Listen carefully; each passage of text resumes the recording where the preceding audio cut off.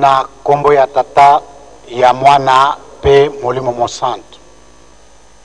Tokomi na tango ya mabondeli ya pasi na mokili.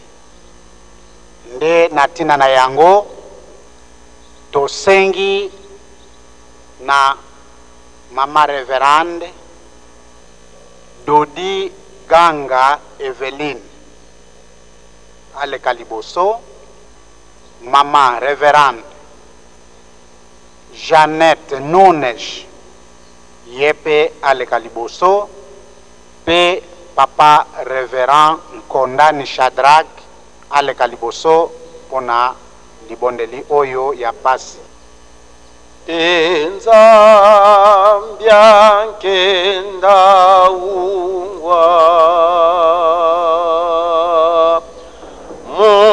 mumboka ngena wange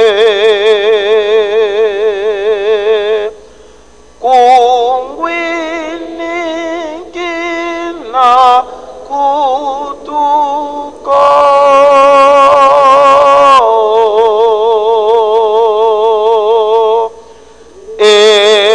esambu kya metambula Beto Sambila na kungu ya tata mwana pepe vya longo papa Simon Kianga. Papa ya tete betu mekuvutula matondo. Papa betu zaba kave na kilumbu ya bubu betu la kuvwana na yai. Mingi tulaka kivuvu na kukumba. Nasi kilumbu ya bubu bakele na betu ve. Papa vikange kubanzila bao. Yazole nzambi ya beto papa Simon Kianga ngeke kuwaka usambulu ya bana ya basumuki ve. Papa ngeme kupesa beto devoir beto kusambila. Beto kele babana yange ngekele tata ngekele nzambi. Nikuna papa na kilumbu ya bubu kizitu mekupesa mela beto bana yange. Samu na kutidila bapasi ya inza ya mvimba. Nzambi ya beto papa Simon Kianga tala babana yange ya inza ya mvimba. Bame kutula makutu ya bau awa na nkamba Yerusalemi ya malumalu kaka makutu ve kasi ntimi ya bau pe ya kele na bwala yai. Nzambi ya beto kivuvu ya bau babana nge nyoso na inza ya mvimba na bakontino nyoso tanu ya kele awa na nkamba Yerusalemi kisika nge papa Simon Kianga na beto mutu beto kele awa. Papa yikibete kuzonza papa si yai papa ngeza bisaka beto yao mebetu zaba ve kuyazola kulutila mutindu yai betke na kutalaka papa nzambi ya beto be kulutila na nkinzi ya bana ya basurveillant bapangi ya beto basurveillant mekuluta bamekutila bamekuzonza bamekulomba papa na fête pe ya dibundu ya le 6 avril papa bet mekuzila bet mekulomba papa na bilumbu mekuluta bavula mekuluta baba nyange ya ujiki baku demander ke lutu ya madesu papa Simon Kianga betu mekuzaba nge kasi betu mekuzaba nge mbote ve samuti ngeke na bamisui nange kutalaka betu mekuzaba yao ve réponse nge voandaka soki na pesi. Est-ce que beaucoup qui mate papa pardon singe me kutala que lutu ya madesu yake le mingi yake kutroubler beto papa ata cuillère ya café banda kupesa beto na ndambu samuti beto kukimba ngeve si beto me kutala bapasi yai mingi yake le samu na mbongo kele ve bapasi me kukuisa mutindu na mutindu ya voanda ba maladi ya voanda ba jalousie ya bamambu mingi yake liye na mbongo nikuna papa cuillère ya café papa pesa betu yao na ndambu samuti betu kukula betu kukima ngeve mbongo ya kutroubler betu ve papa Simon Kianga bandila babana nge papa kuna na Europe papa bika liku bandila bao na l'Amérique na Océanie na Asie betu awa na Afrique ngeme kuzaba papa mingi ya kulomba keleve yina betme kuzonza ve papa ngemo singeme kuzaba betke na kuvingilaka mvovo yange sa mutibubuke kulumingu ya suka yina betukele awa papa betke na kuvingilaka espérance yange papa betke na kuvingilaka nge pesa beto ngolo nge pesa beto ngolo nge tula beto kidimbu yina ke kuvutuka na babwala beto yina betke kwenda kusala kisalu yange na kumbu ya tata mwana pepe vya longo Yesu mwana Davidi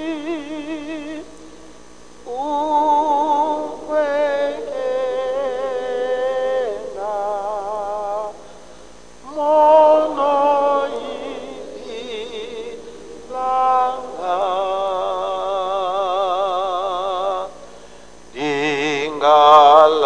dingalalangi uto banga mesoma kwa ya mona fina maisu wiza wakyanzisa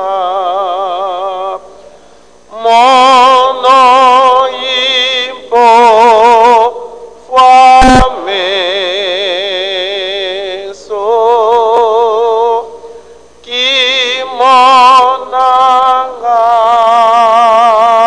kimonangako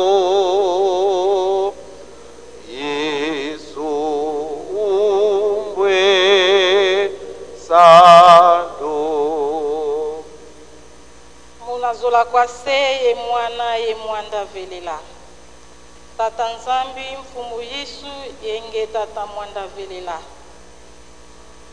uvutu di matondo kwa nge nzambi ya moyo keba utukebele fuku wa mvimba tulele bonso mafwa nge uduwete mbatala nsambu tumwenekia papa simoki mbangu kyangani nge nzambi papa ya kinsambu kya pasi katusongele nzako kanti mana mina yeto mpasi munza ngemeniza papa lufwa lusakili munanza ya mvimba maladi masakili munanza ya mvimba papa tulombele luvuvamu banzila muna Ukraine banzila muna Siri papa vana luvuvamu banzila pe muna este papa bana bakumpasi tulombele luvuvamu banzila muna maboloko muna lopita lupapa babingi bakele nsatu mukwiza kabalendeleko mukuma kyampasi ya maladi papa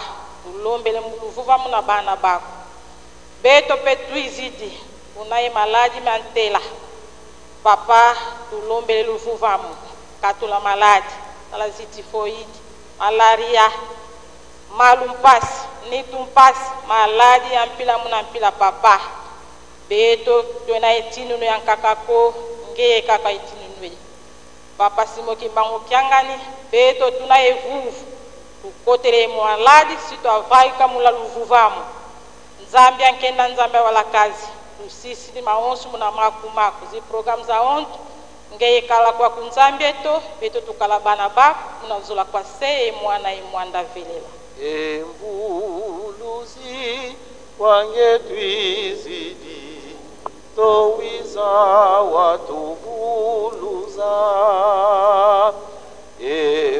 embuluzi wange twizidi towiza watuvuluza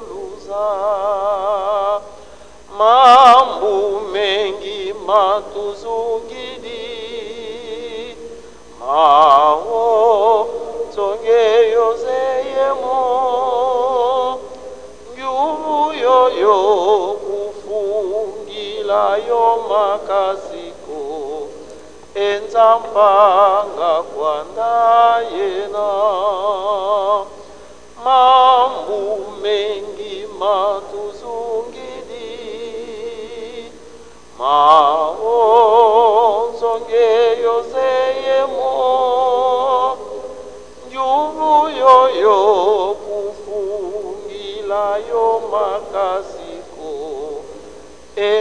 mpanga kwanda yena.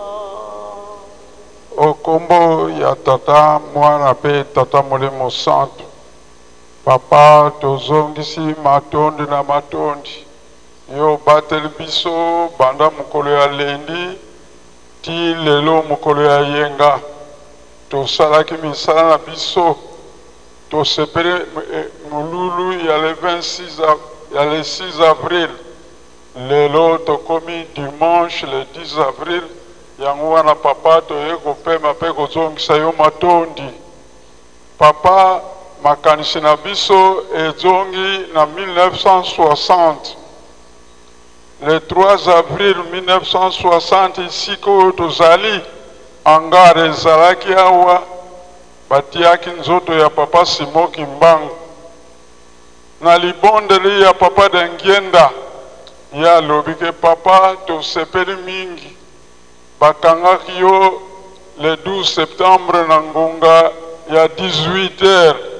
Ozongi lelo le 3 octobre na mboka le 3 avril na mboka na yo na 6h na 18h. Tozana bosepele mingi. Papa 62 ans ekoki lelo depuis nzoto ya papa Kimbangu ekomaki na mboka Nkamba le 3 avril 1960.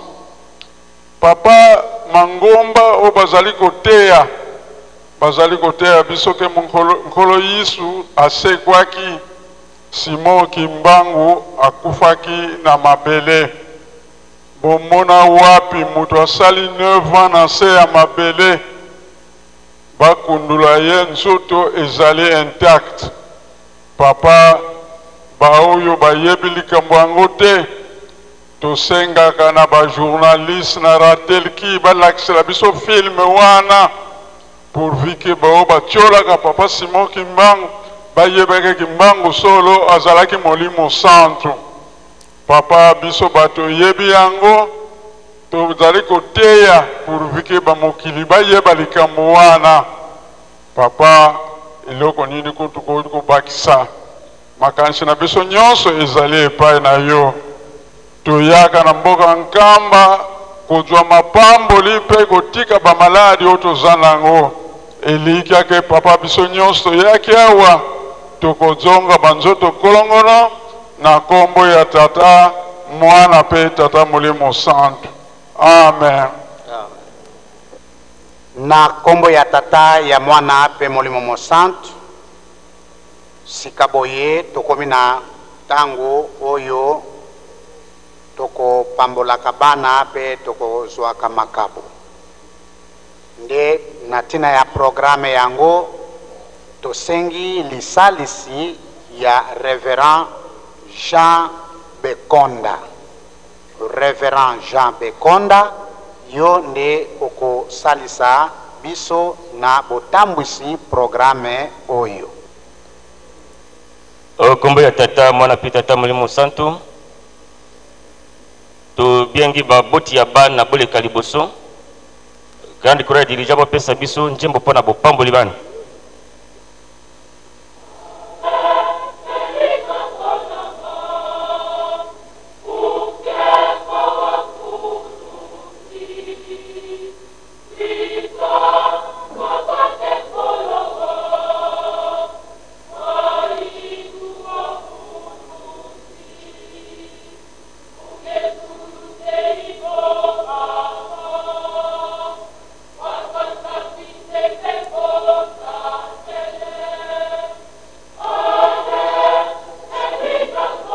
Tata pasteur mine bali kalibos tata pasteur mine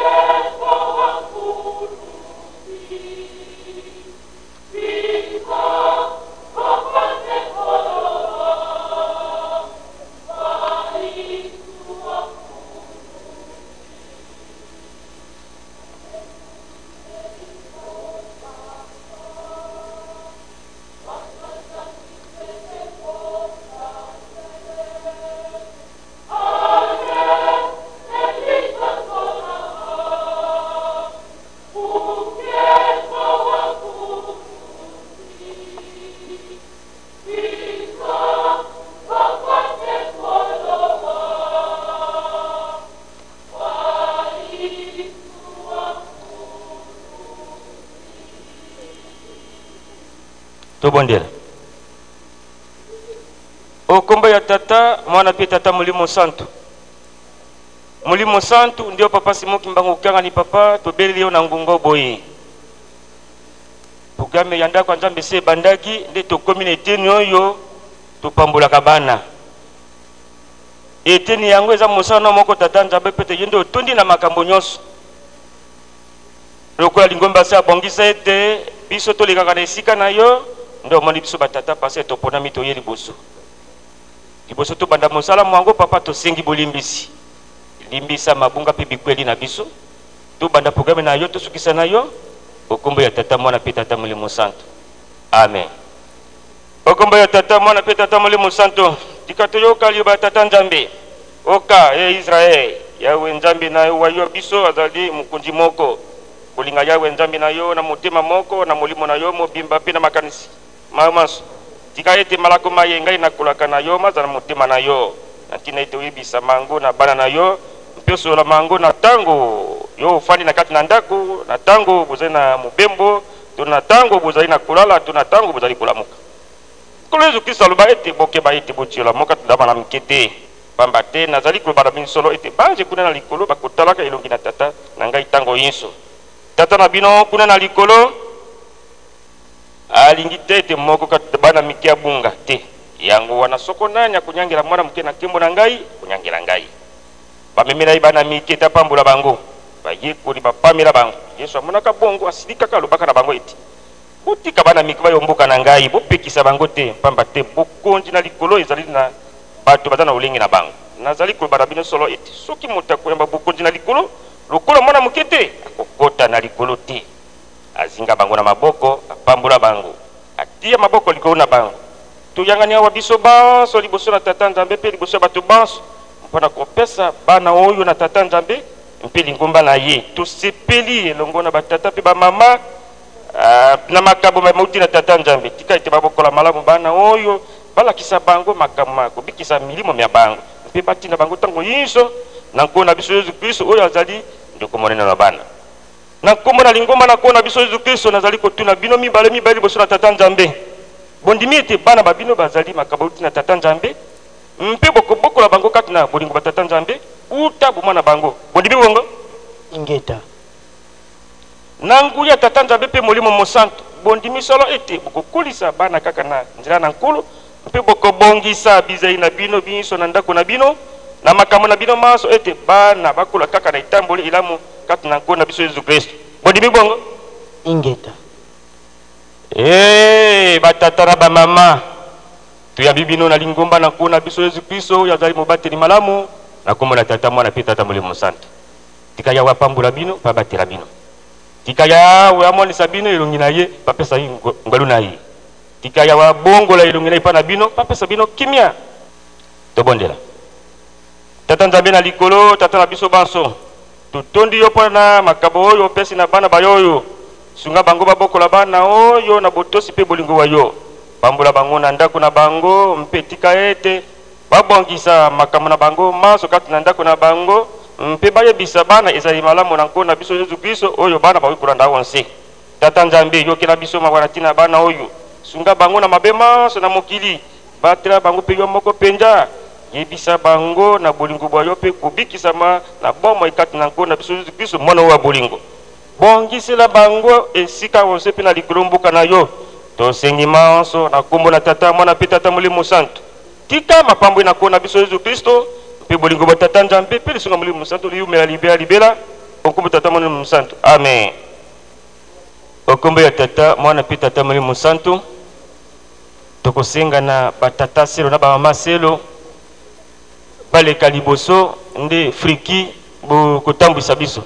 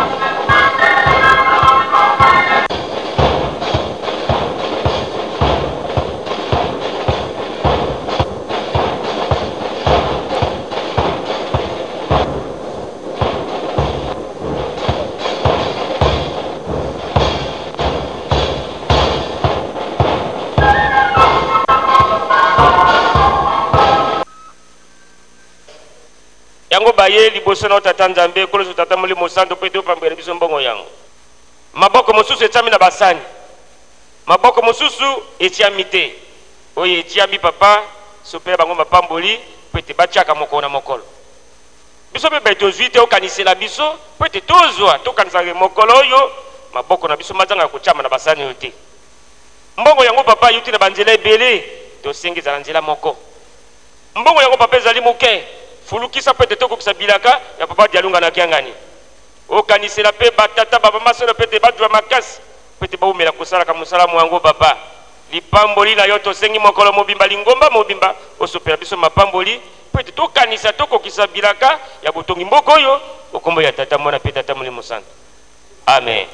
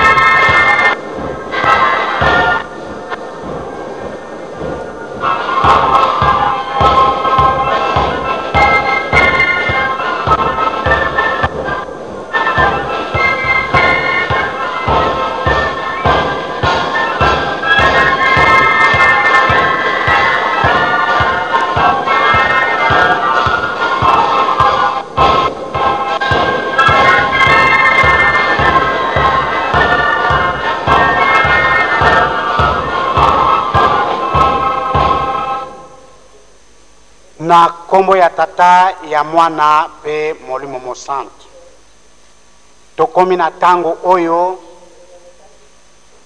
tokozongela lisusu botangi ya mokanda ya tata Nzambe.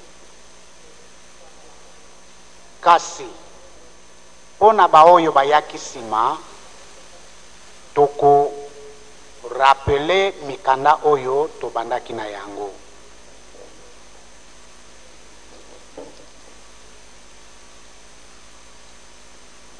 Totangaki mukanda ya nzembo ya Bayuda.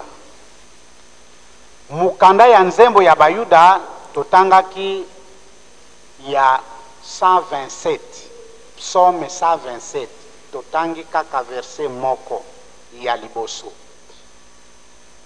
Psaume 127 verset 1. Nasima tolekaki na Exode 20. Exode 20, 1 à 17. Nde sikaboye tokotanga mikanda mibale. Tokotanga mukanda ya Toma Polo epai ya Baebeleo. Chapitre 5, verset 12 à 14. Hébreux 5, 12 à 14. Nasima nde tokoleka na sango malamu ekomaki Yohane. Na sango malamu ekomaki Yohane tokotanga na mokapo ya zomi na sambo nzela muke ya tukumi bale na moko kino tukumi bale na motoba. Jean, évangile de Jean, chapitre 17, verset 21 à 26. Pona ba référence ezali mwa mingi. Toko pesa yango te me toko banda kostanga yango to ko se référer na yango tango tozali ko développer matei na biso. Boye toleki na botangi mikanda oyo touti ko annoncer. Tobandi na mukanda ya Baebeleo. Toma Polo akomelaki Baebre chapitre 5. Tobandi na verset 12 kino verset 14.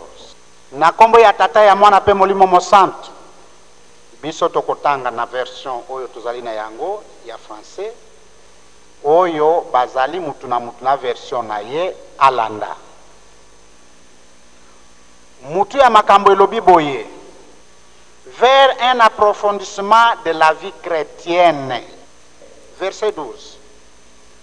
Vous devriez être depuis le temps de maître et vous avez de nouveaux besoins qu'on vous enseigne les tout premiers éléments des paroles de Dieu.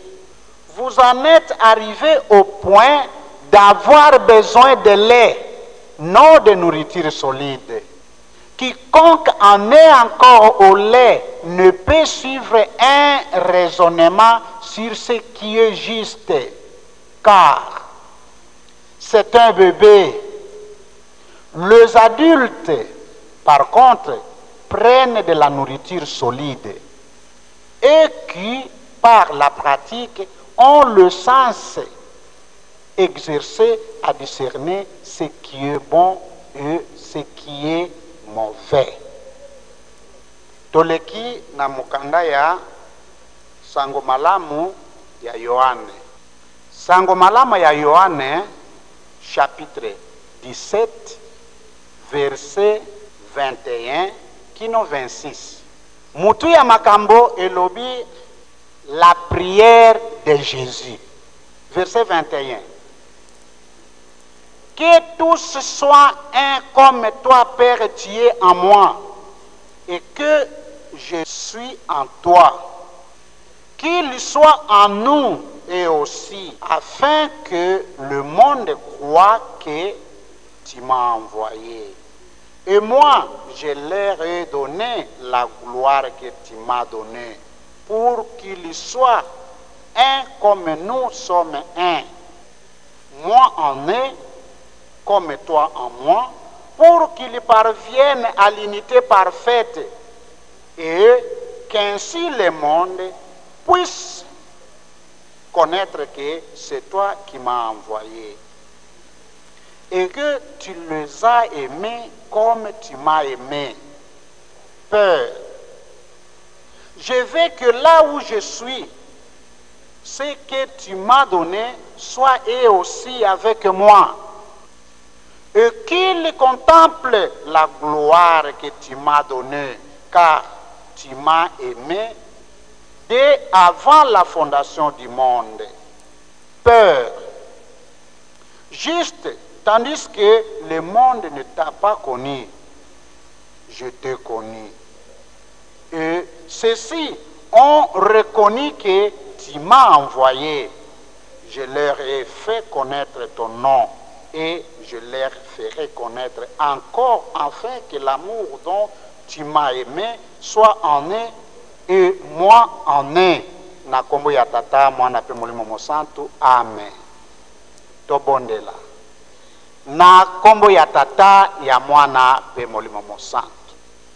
Nzambe na biso tosengi yo ngolu na yo, olimbisa biso mabunga na biso. Tosengi presence na yo na esika oyo. Totangi mokanda na yo ya bule. Tolingi totatola pe topartage yango. Yango tozali kosenga suivi na yo. Tozali kosenga presence na yo.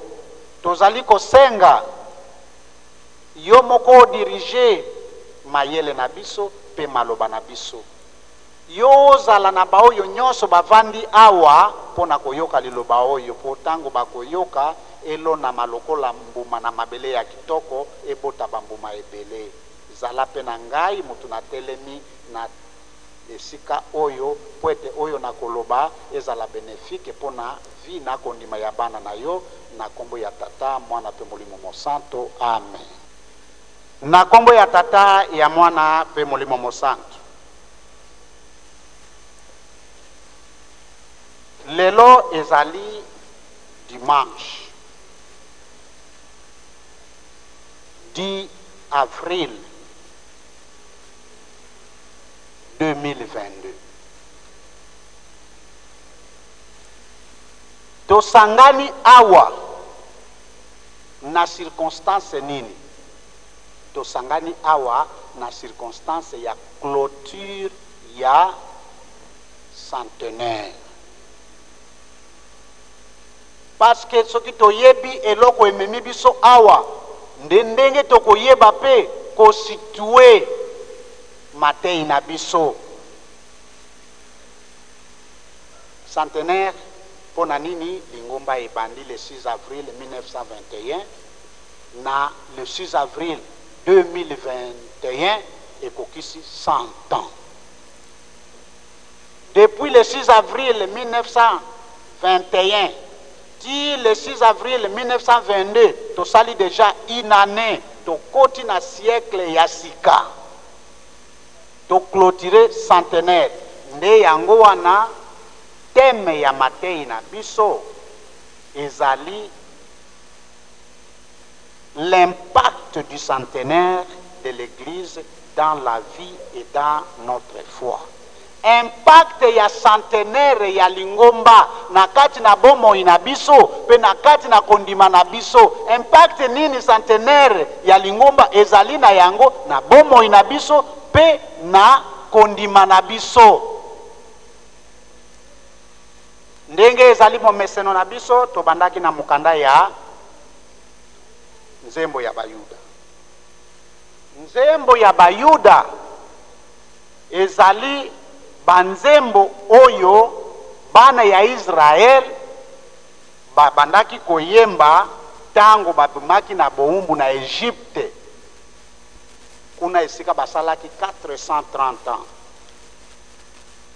Babandaki koyemba yango kino na tango ya mosakoli Malaki to prophète Malachi ezalaki mpona kokumisa mpe kosanzola Nzambe nde yango ebengami na Hébreu teshilim kosanzola Nzambe mpe tofilot mabondeli. Nzembo nyonso etiami na kombo ya mokonzi David. Pourquoi? Yende mokonzi ya liboso oyo abandaki kokumisa Nzambe na banzembo. Kasi mutu akomaki banzembo oyo ezali Esdras na sorti ya boumbu ya Babylone oyo basalaki 70 ans epai ya mokonzi Nebukadnezar. Tango Cyrus aliberaki bango. Na banzembo yango David ayembaki 73 to 73. Asaph ayembaki 12. Kola ayembaki 11. Salomon ayembaki mibale. Moïse ayembi moko, etani pe aye koyemba moko. Banzembo mususu oyo eyebani bakombo te, batiaki yango na molongo ya David, kasi yete mutu ayembaki yango. Mingi na ba recherche toye komona ke non, ba faire taire bakombo ya bato oyo bayembaki parce que na culture ya ba juif mwasi azalaki valoriser te. Soki botangi batu bokotanga nombre ya basi te. Soki yo bota kaka basi na basi meme bazali 15 okoloba ngai na bota te. Soki parmi basi ozaka na mwana mobali moko okoloba nazalaka na mwana moko. Yango wana banzembo eyembamaki na basi etangamaki te. Nini ezali na kati ya banzembo? Banzembo wana ebandaki koyembama ndenge biso toyembaka kaka awa na eglise kimbangiste. Toyebi yango malamu ete biso tokobeta katolo pe tosito sosoli ke kimbangiste tozali Israel ya mibale. Ndenge kaka tokoyembaka na kati na lingomba na biso nde banzembo wana ebandaki koyembama. Biso pe tozali na banzembo oyo ezali classé selon ba catégorie, selon ba contenu. Yango wana to moderniser lisusu yango makasi, to diviser ba chorale na biso selon ba contenu ya banzembo. Soki totali lelo ezali na banzembo oyo ezali banzembo évangélique oyo yemba makana chorale de dirigeants.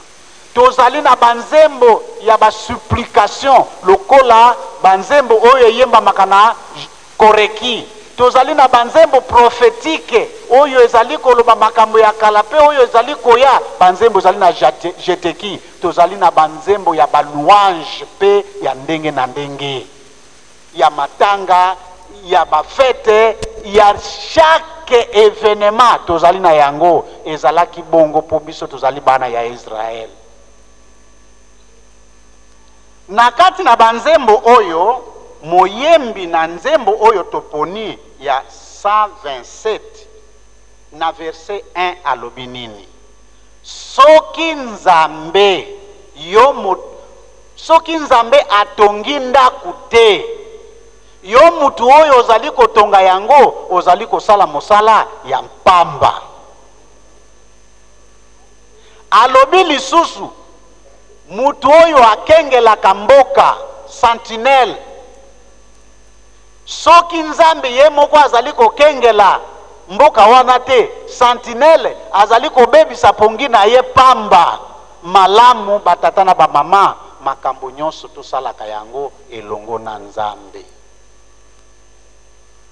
Malamu makambo nyonso tosalaka yango elongo na tata Nzambe.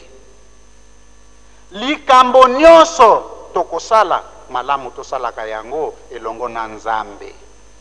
Jacques na chapitre 4 verset 13 à 15 azali ko condamner pe ko seka batu oyo basalaka ba projet sa kotia Nzambe liboso. Alobi batu ebele basalaka nini? Lobi na kokende place tel nakokende kulala kuna inane, nakosala commerce na ngai, nakozwa mbongo na ngai, alobi tokoki kosala kabongo te. Malamu toloba liboso, soki Nzambe alingi nakosala yango. Eloko oyo koki kosalema sa Nzambe ezali esheke. To asosaka Nzambe na makambo na biso nyonso. Na nzembo toleki. Totangaki mukanda ya mibeko. Mibeko ya Tata Nzambe. Ndenge nini mibeko yaki? Tata Nzambe asalaki elaka na Abraham, père de croyants. Mutu ya liboso oyo asosolaki Nzambe ifo azala eloko mususu, azali sanza te, azali na mai te, azali kuna te. Père de croyants. Asali na ye elaka ete libota na yo ekokende boumbu. Kuna bakosala 400 ans. Ya solo tango ekokaki bakendaki boumbu. Me bayaki kosala 430 ans. Eloko nini ememaki bango kuna? Akakolaki mubeko ya Nzambe. Kata bandeke nyoso de parti ya kata banyama nyoso de parti ndeke ya tumbi yango mobimba. Tozwa likambo wana. Nzambe alaki ye bokosala 400 ans, metango bakei basali 430. Tozwa lisusu likambo wana.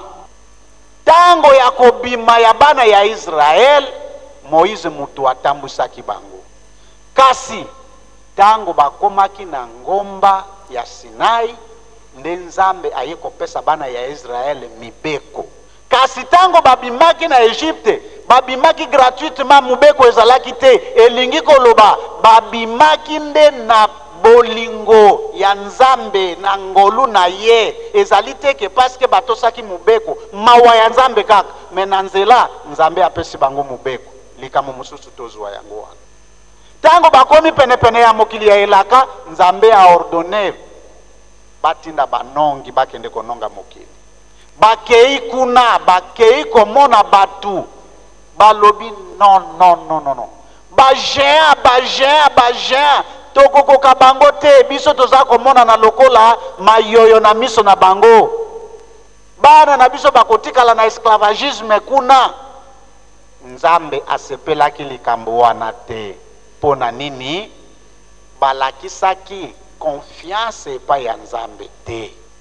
Bato mibale kaka balobaki, bandeko, tala touti na epai ya Pharaon, tokati sima ya monana, tosali makambo, tomeli mai ebimi na mabanga, tolei biloko kouta likolo, Nzambe akoki kotika biso te.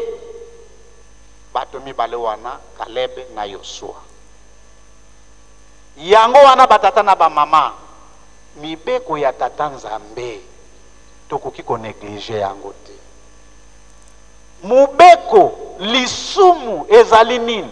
Lisumu ezali nde le contraire de la loi, le contraire de la volonté de Dieu. Ça s'appelle le péché.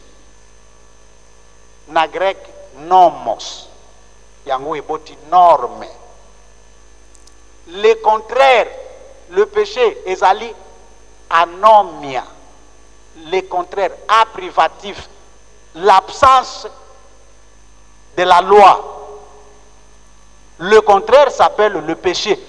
Nzambe soki alobi likambo, yo osali le contraire na oyo Nzambe alobi, nde yango lisumu. Parce que nyonso, toute écriture est inspirée pour enseigner, pour instruire, pour corriger. Likambo wana ya ndeke ezali pona biso toyeba ke soki kaka Nzambe apesi ordre kokakola te. Tango yo kakoli osali lisumu, osali péché. Yango wana mibeko Nzambe alingi biso. Tango aponi bana na ye alingaka. Kasi apesaka bato mibeko. Pourquoi? Mibeko ezali signe, élément ya identification ya yo mutu comme ekelamu ya Nzambe. Kotosa mibeko yango wana kozala elongo na Nzambe. mutu oyo atosaka mibeko azalaka elongo na tata Nzambe, parce que Nzambe azali na kati na mubeko. Mubeko ndenge tolobi mutu sans mubeko ozali nyama. Po nyama ezalaka na bokilo te, nyama ezalaka na mwana te, nyama eyebi kotia ordre te, toko pona chef te, toko sala hiérarchie ya société, ya communauté te. Batambolaka en groupe, oui, mais ce qui règne chez les animaux, c'est la loi du plus fort, c'est la loi de la jungle.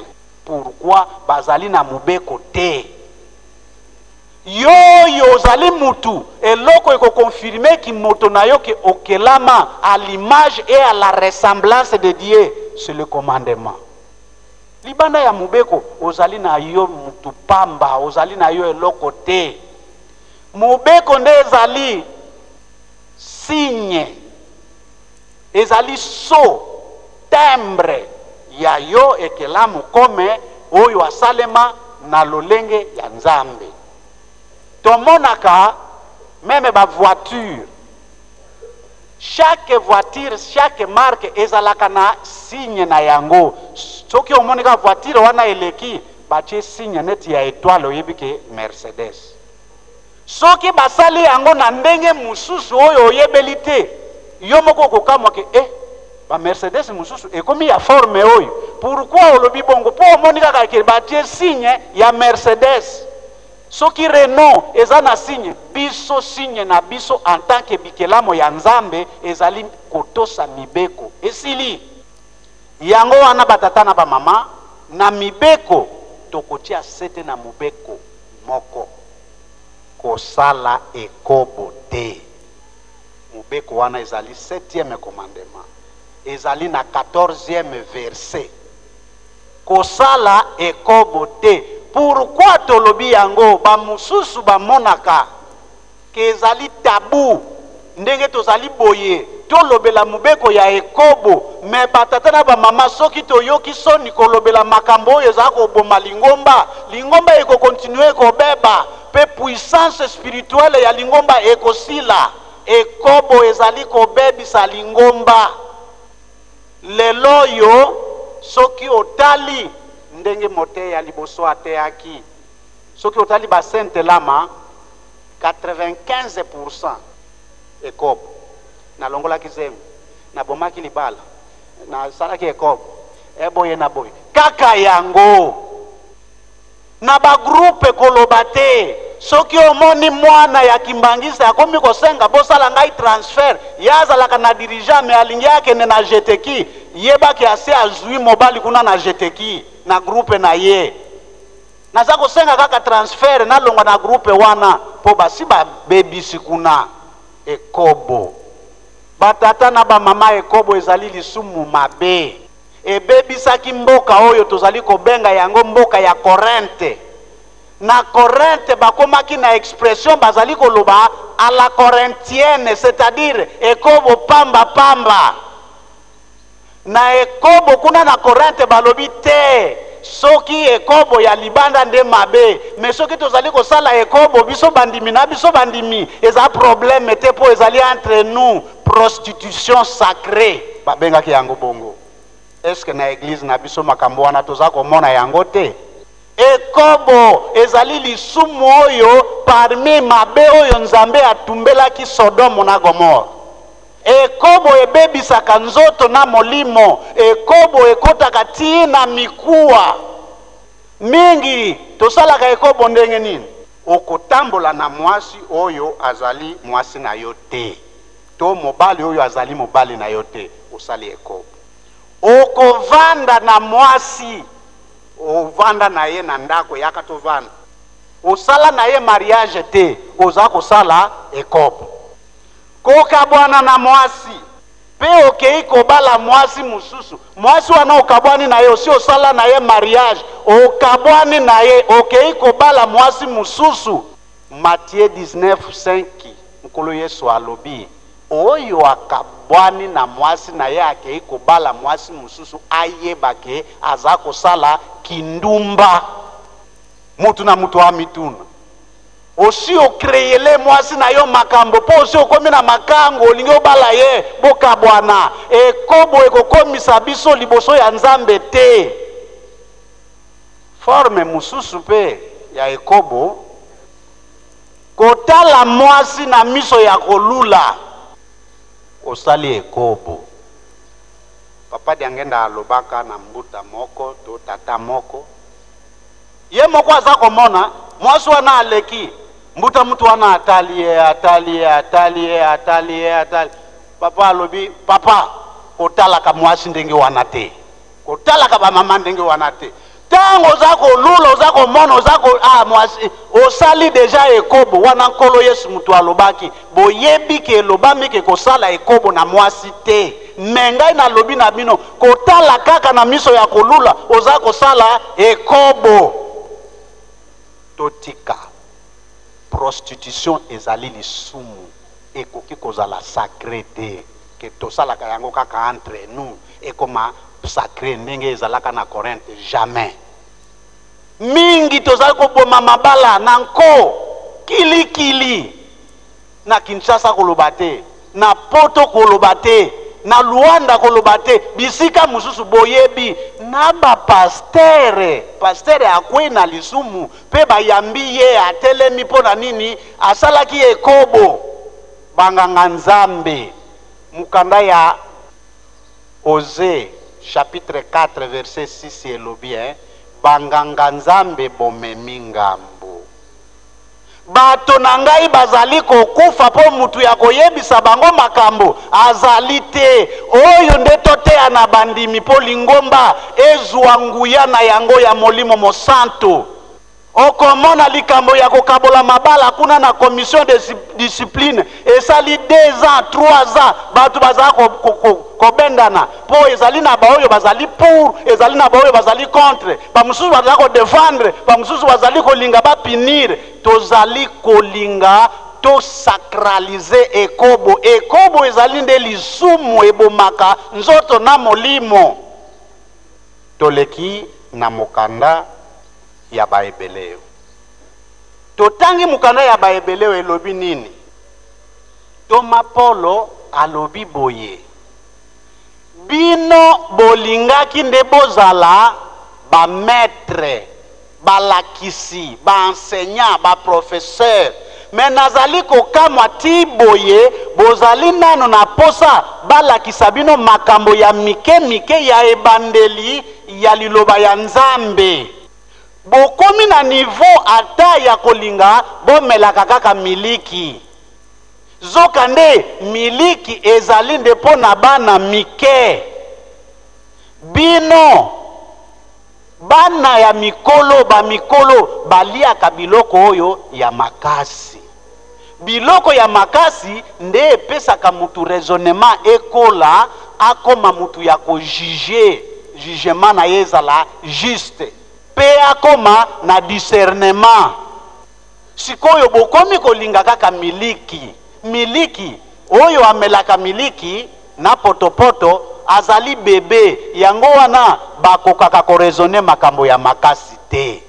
Batata na ba mama tozali na année ya centenaire, clôture ya centenaire. Yango wana tolobaki impact nini centenaire ezali na yango na bomoi na biso pe na kondima na biso. Lingomba ekoli centenaire ezali âge de référence ya maturité, ya affirmation pe ya confirmation. Âge ya référence ya affirmation pe confirmation ya maturité spirituelle. Parce que tozali na lingomba. Est-ce que biso tosito acquérir maturité spirituelle? Po mutu nyonso tango akoloba lingomba ese ekokisi 100 ans. Mais na lingomba ekokisi 100 ans tala kondima na yo. Lingomba ekoli ekomi na 100 ans. Abraham abotaka mwana na ye ya Isaac na âge ya 100 ans. Ezali clôture ya centenaire, mais ezali une nouvelle page qui s'ouvre pour un autre début. Ezali moment ya accomplissement il y a ba promesse centenaire parce que c'est la nouvelle page qui s'ouvre. Abraham asali 100 ans, Nzambe alakaki ki okobota mwana, mais asali 100 ans, Isaac ayaki kobota mandena 100 ans. Boko kisami ya elaka ebandi. Biso 100 ans sikoyo ekoki.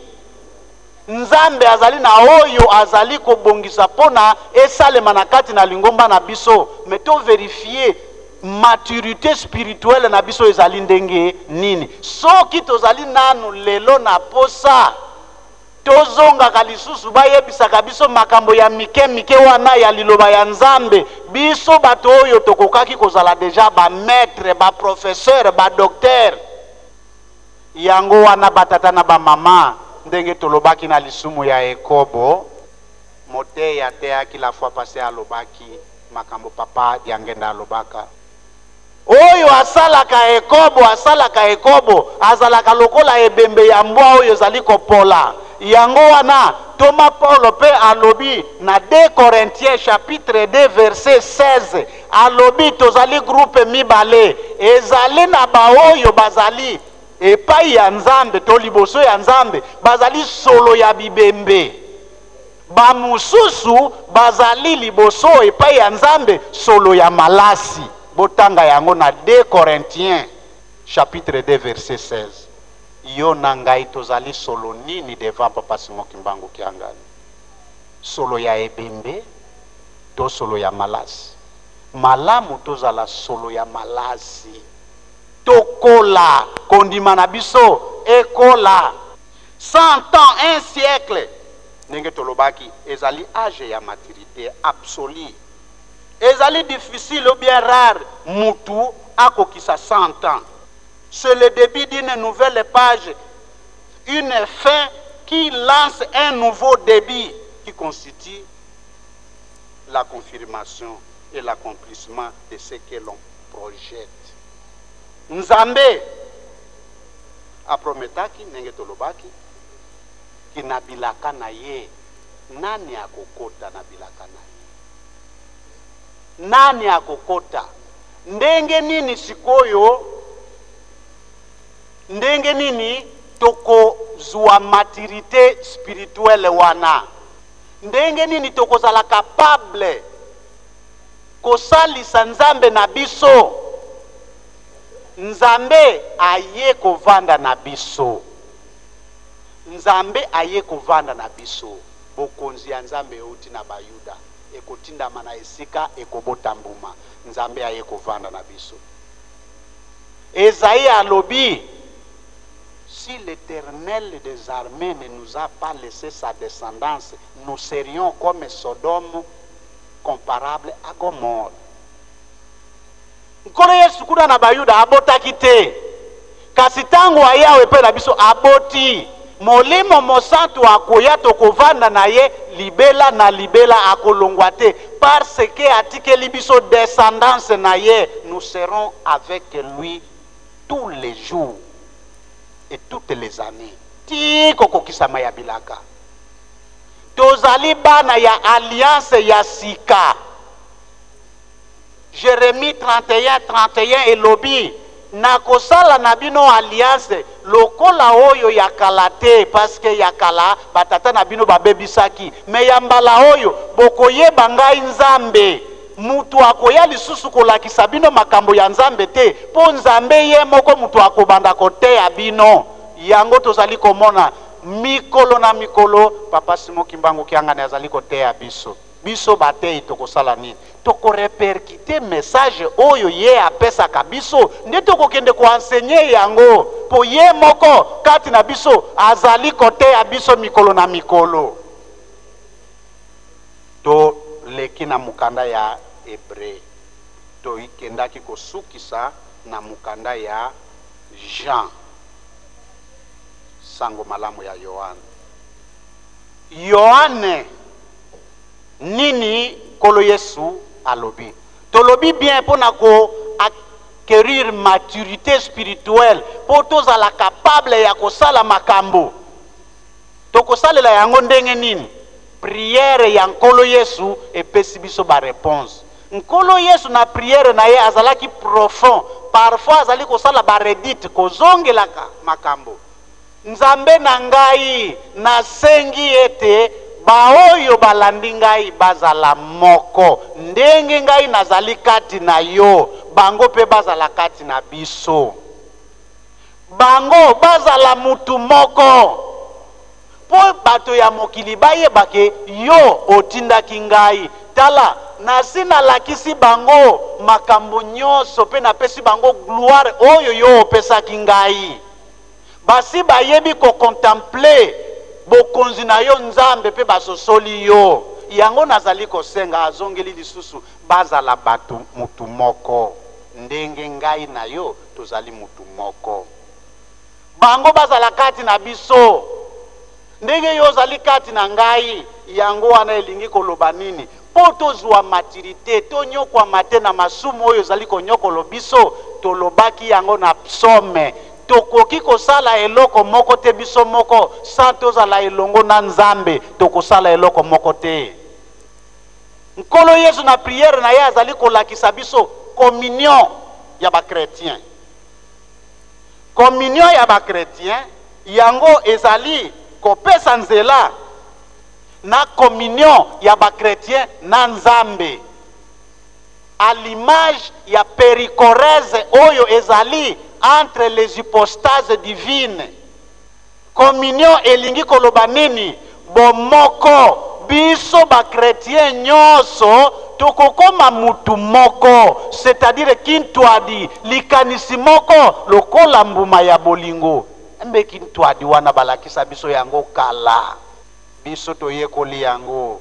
Kintwadi ni nini? Kintwadi ni watu wa wazo moja, nia moja, sawa vile mbegu ya mapendo. Kintwadi ezali bato ya likanisi moko lokola mbuma ya bolingo. Est-ce que vraiment biso tosito komi na niveau wana ya kintwadi? Parce que yango nkolo Yesu azali kosenga tokoma mutu moko. Yango tomelaki communion. Communion elingi koloba mutu na mutu ali abiloko na ndenge toliaka yango mutu na biloko te. Biso nyonso tokolia gato moko, biso nyonso tokomela miele ndenge moko na maya nkamba. Donc makila ya nkolo Yesu na nzoto ya nkolo Yesu. Na moma wana tokomi mutu moko. E soki tokomi mutu moko ya solo, tokomi pe moko na Nzambe. Est-ce que ondimi penzake yo mutu ozali moko na tata Nzambe? Toma Paulo azali koloba na biso boye. Bino boyebi te ke banzoto na bino ezali temple ya tata Nzambe? Bino boyebi te ke banzoto na bino ezali ba membre ya nkolo Yesu? Bino boyebi te ke banzoto na bino ezali temple ya Molimo Mosantu? Mutu ozali Nzambe, kasi masumu ezali kosala ke okoma na esika wana te. Bible elobi na biso yo mondimi okotosa, okozala na kondima po ozali kotosa mibeko, ozali na nguya ya kojije ange. Mais tozali wapi? Lukuta epai, ba montage epai, bokabwani epai, koswana epai. Mingi awa tosito découvrir likambo moko nini? Bokonzi. Soki bapesi yo bokonzi, okomi mondimi ya malamu. Soki bokonzi esili, kimondimi nyonso esili, na ndako ya Nzambe okoya lisusu te. Yango te kokotisa biso na lola, eloko kokotisa biso na lola kimondimi. Tozala nanu na communion entre les chrétiens, total ndenge nkolo Yesu azali kati ya tata na ye. Tolobaki yango péricorèse, la compénétration des personnes divines de la Trinité, la compénétration des hypostases. Soki omoni nkolo Yesu ndenge ayaki, Molimo Mosantu azalaki na kati na ye, tata azalaki na kati na ye. Batuni yo lakisa biso tata, mikolo nyonso na vani na bino boyebi tata te. Parce que ayebi ke tata azalaki kati na ye. Molimo Mosantu azalaki na ye. Ndenge Molimo Mosantu aye na kati na biso bato mwindo, na kati na biso bakimangiste, mwana azali tomoni fumwambanza auti na kati ya Molimo Mosantu. Tata azali batata na ba mama, tozali banzambe biso bato, tozwa maturité spirituelle, totika kibebe, totika miliki, tolia biloko ya makasi oyo kopesa biso discernement, tozala moko na tata Nzambe. Ndenge tata mwana molimo mosantu bazali Nzambe moko, biso bandimi nyonso tozala pe mutu moko, totika koswana, totika bokabwani, totika koinana, totika tribalisme, totika ba montage, totika ekobo, totika moyibi, totika lukuta. Nde yango tokozwa bokasi ya kobunda na moyini satana. Nzambe na biso azali na biso elongo soki tokangami na ye. Yango wana batata na ba mama ezali clôture ya centenaire, tosali lokola bilan, tokomi na âge ya maturité. Biso baba koko baba na ekoloba na biso mukolo afulaka minu te. Pona nini? Bana mike bakomaka na periode moko okoyoka mwana azali kosala balobi mwana oyo aza kofula minu, c'est-à-dire minu elingi ebima. Kasi soki yo mukolo okomi kosala makambo lokola ya mwana, bakoyebisa yo papa mukolo afulaka minu te, c'est-à-dire mukolo akoki kosala lisusu makambo ya bana mike te. Biso tolingi kaka kofula minu, tolingi kaka miliki na potopoto. Biso tokomi bato oyo il faut tozala ba professeur. Toma Polo mutu alobi yango, il faut tolakisa moyini satana ke biso tozali soudé, ke tolkokisi centenaire, tozali kozela bilaka soki eye butupe moi tokozwa yango, soki bitumba tozwa exemple ya ba surveillant. Bayebisa ba surveillant ke surveillant okoki kolakisa mutu musapi te po musapi na yo wana eza munduki, me okomona lelo koswana kofingana eyo nakobeta yo ozali spécial. Wana ezali exemple kaka moko, me makambo ezali ebele. Tozala kati ya papa Simon Kimbangu Kiangani, tozala solo ya malasi epai na ye kasi solo ya bibembe te, pona kosilisa na sengi na chorale de dirigeants bopesa biso nzembo mokili oyo mopesa melinga na sengi na chorale de dirigeants. Nguya pe nkembo ezali nde epai na ye. Yo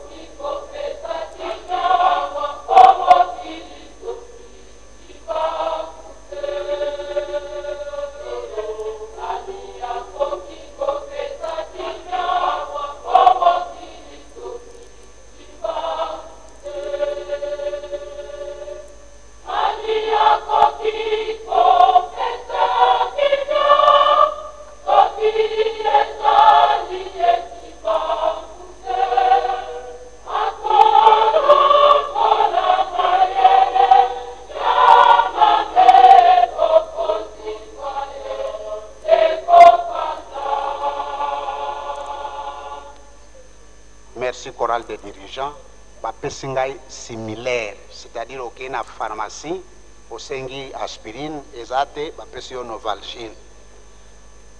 Ngai nasengaki nzembo ezali koloba mokili oyo mopesa melinga nguya mpe nkembo nyonso epai na nga boya epai na ngai nakopesa bino nani akolobela bino epai ya tata na bakuple na yango eyembaka tokobanga soki te tokolenga soki te tozali na ntoma ye molimo santo molobeli banani oyo bakozanga mpo bakota na Yelusalemi ya sika. Donc nzembo wana nde nasengaki kasi ezali kaka similaire, problème ezali te tosilisi boye na kombo ya tata mwana pe molimo mosanto. Amen. Oremos. Pai nosso que estás nos céus, santificado seja o teu nome. Venha o teu reino. Seja feita a tua vontade, assim na terra como nos céus. O nosso pão de cada dia nos dá hoje. Perdoa-nos as nossas dívidas, assim como perdoamos os nossos devedores. Não nos deixa cair em tentação, mas livra-nos do mal, porque teu é o reino, a glória para sempre. Em nome do Pai, do Filho e do Espírito Santo. Amém. Abana nakebisaka bino bobongwana à 2, 3. Abana nakebisaka bino bobongwana ete bozala mwina. Abana nabelelaka mingi boboto sabino ne bolingi te. Abana nabelelaka mingi bobongwana ete bozala mwinda. Abana nabelelaka mingi boboto sabino nde bolingi te. Likambo nini ekekisa bino bobongwana? Sango ya Yesu ndenge nini bomoneli yango? Kolela konyokwama yango ekoyela bino. Awa nazali kolobela bino bozali kondimela te. Moto na moto amilengele po etenga yina lembaka te. Moto na moto amilengele po etenga yina lembaka te. Likambo nini epekisa bino bobongwana? Sango ya Yesu ndenge nini bomoneli yango? Kolela konyokwama yango ekoyela bino. Awa nazali kolobela bino bozali kondimela te. Moto na moto amilengele po etenga yina lembaka te. Moto na moto amilengele po etenga yina lembaka te.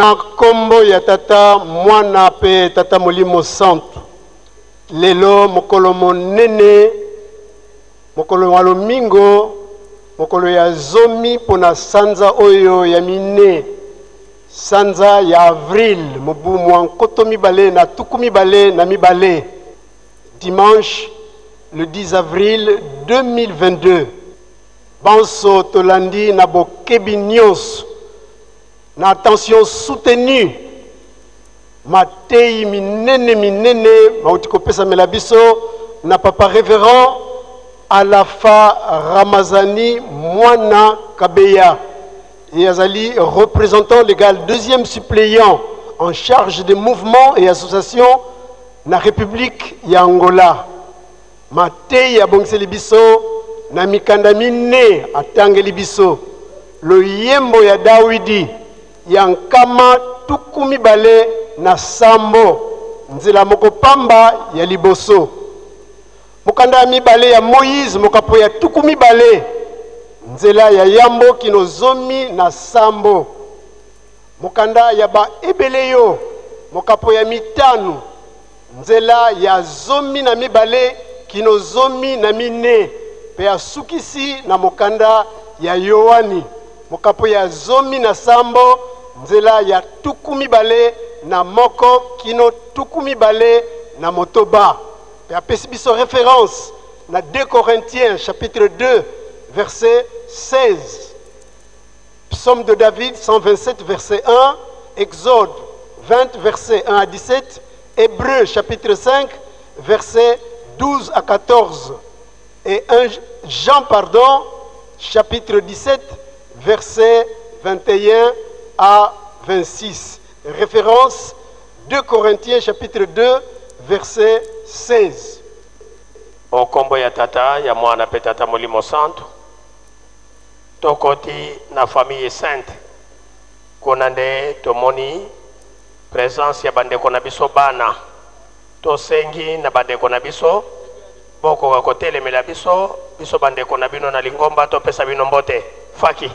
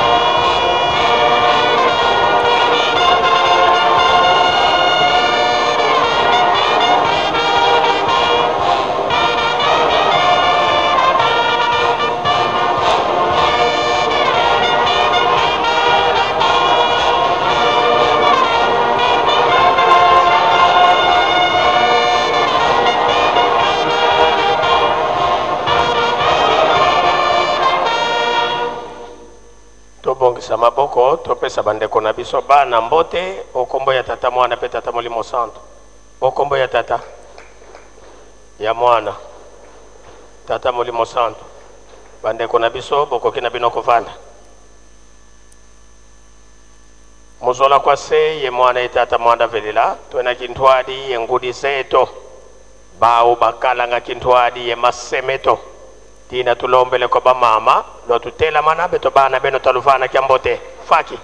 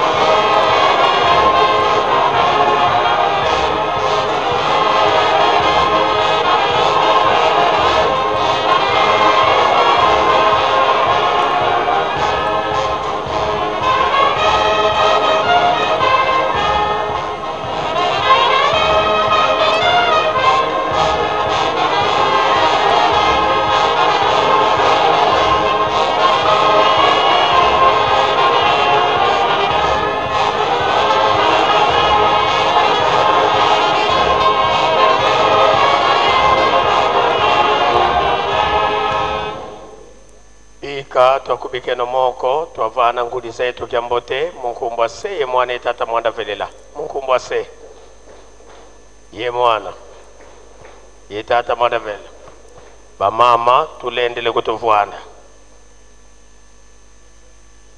musola kwa se ye mwana ye tata mwanda velela twena kintwadi ye tata nzambi nzambi waizavwanda fakati kati kwa bana babantu tsilulu za mfumoto Yesu Kristo ovo mbote yandi kenda kutulombila nsadisi impeve ya nlongo ya kedika ilemba nensatambula kadika inzeiko kakafikambi kambi fikunda gayandi kintwadi peto tubankwa ntsambu ekumakadi nsadisi tumwini tata Simoni Kimbangu tuka le 12 septembre 1887 wena yeto kintwadi na telumbu kya uno yandi inzambi sedi ya mvu ntino yenge ntino mintino nzambi ya ntekila kayenako nzambi na kunlandila mpeka yenako yandi kwadi inzambi luvuva muluto titomba yandi ukutuvana lo kawankakako kabena boleko kabena mpe batatuko yandi kaka dina tulombele kwa sede to tata mwanda velela watu tela mana to kuvana kyambote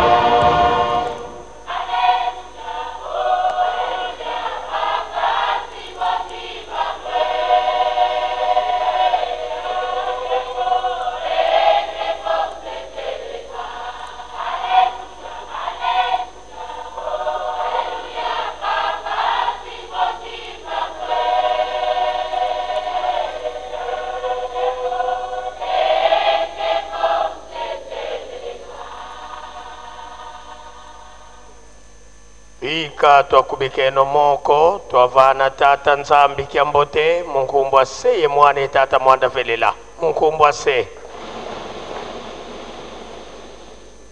ye mwana ye tata mwanda velela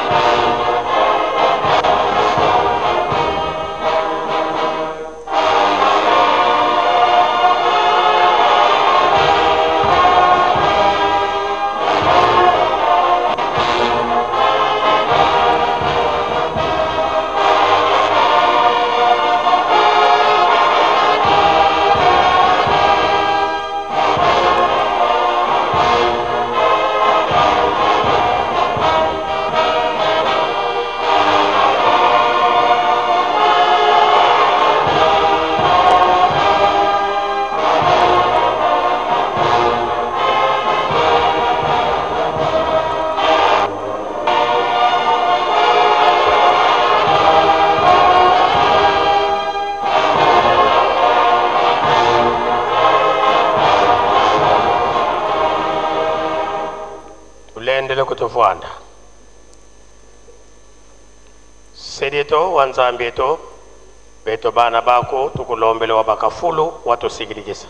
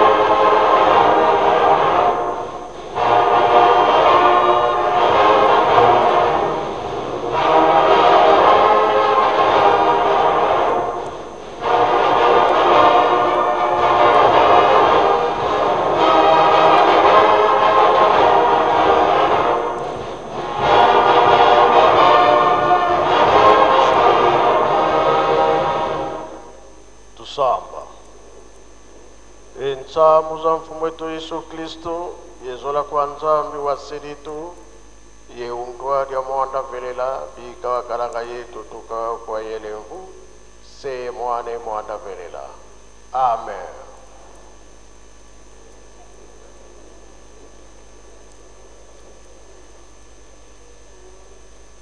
Na kombo tata mwana pe tata mulimo sante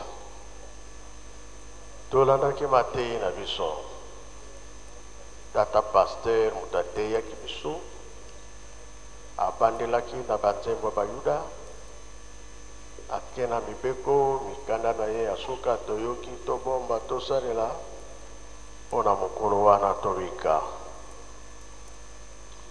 biso toyebi ke tozali bana mapamboli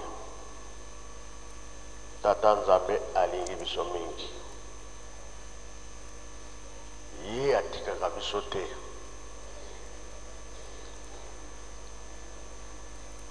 toyebi malamu ke babunisaka biso ntango nyonso epai ya satana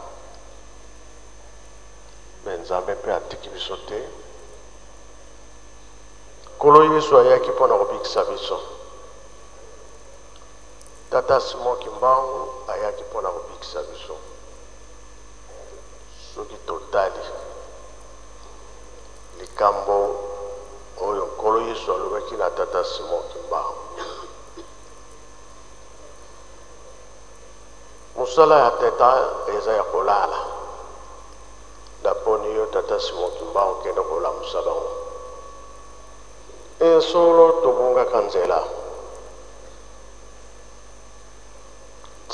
tokosala yango tokomaki kosala oyo nyonso tolingi satana mpe asimbaki biso makasi surtout loposo mwino valeur ezalaki te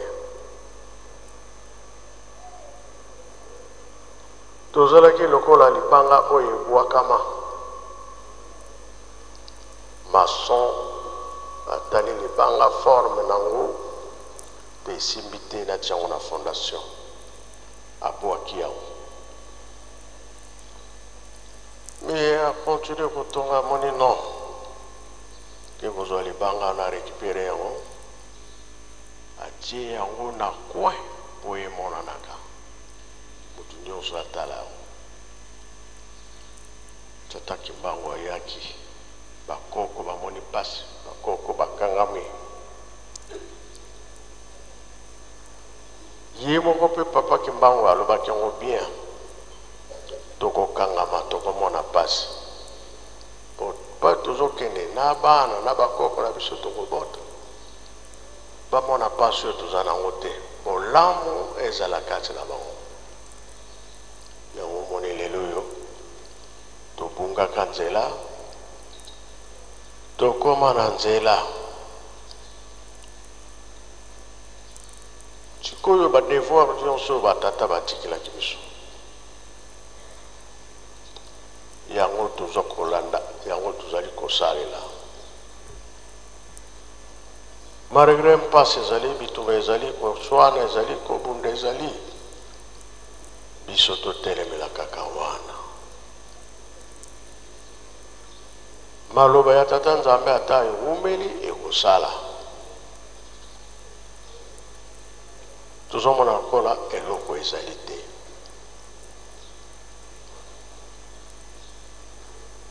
Biso toyebi ke mabondeli na biso Nzambe ayokaka yango. Tango mapambo ezokota na nzoto okomona yango te. Tokomona kaka changement. Likambo osengaki parfois obosanaki na yo.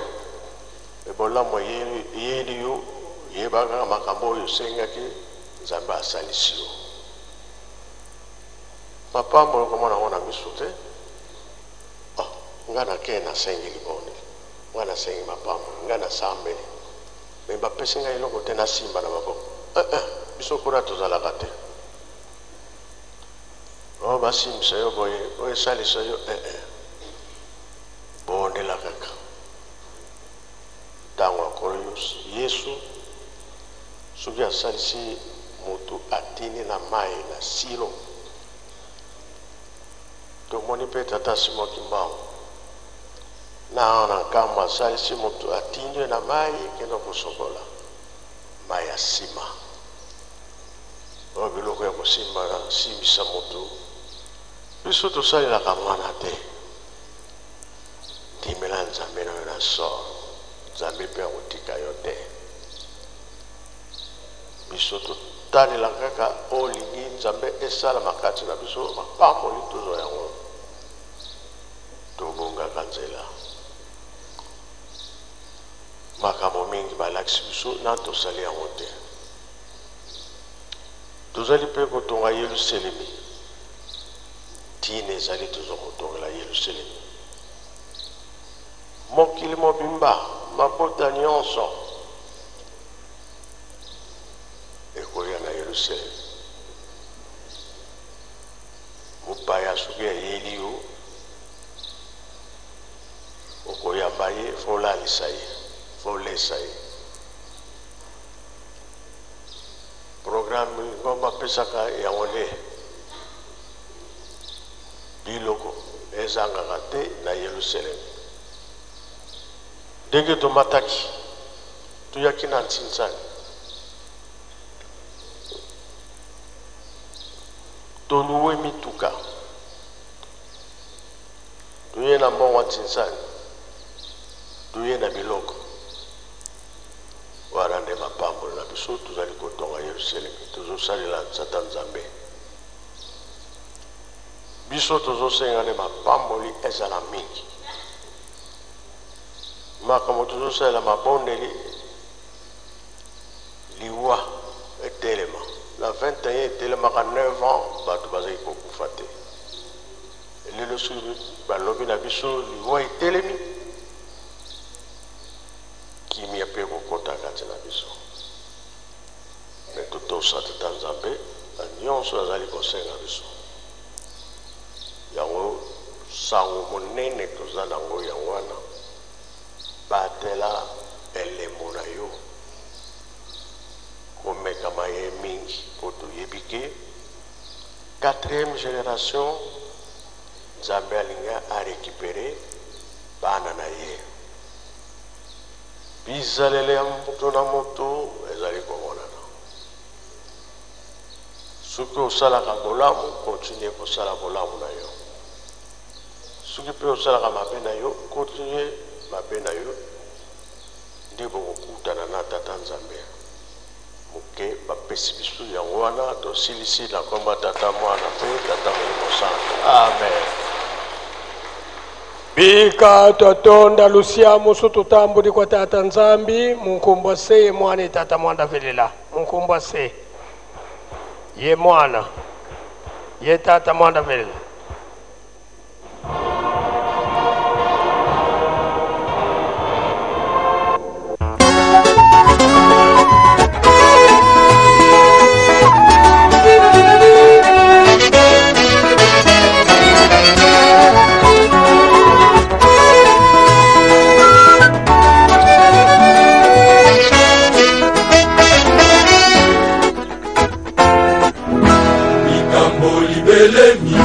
mikolo mikomi pele pele Anoki ba magicien bajaliko yebate Anoki ba magicien bajaliko yebate Okolo likambo yango ekoya Abomi na bateki ya bato bajaliko yebate Abomi na bateki ya bato bajaliko yebate Okolo ndala na bango esilanye Mana bangu Nikomi bukuru Oba molingu ya na bangu elingi esila Makotika la pamba Mokonzi na bango satana Nde akangami Na bato bae banso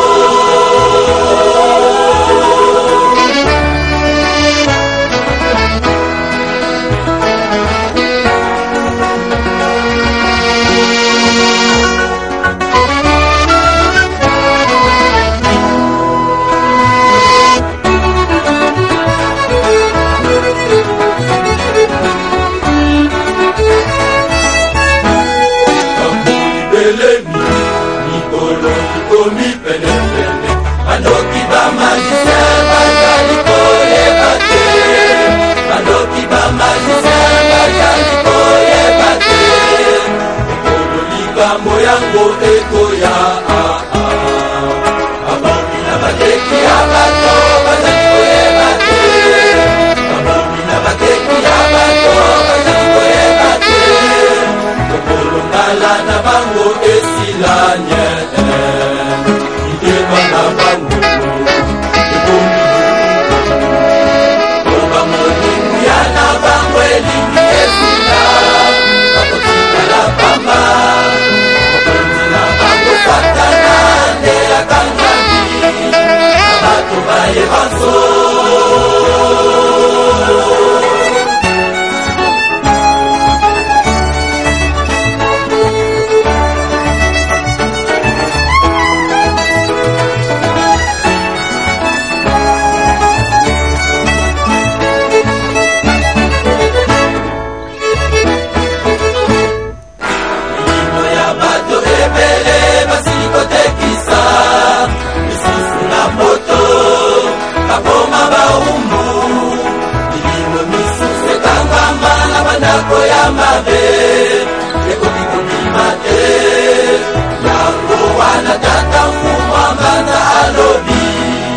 milimo nyonso ekangwama ekangwama ekangwama ekangwama ekangwama ekangwama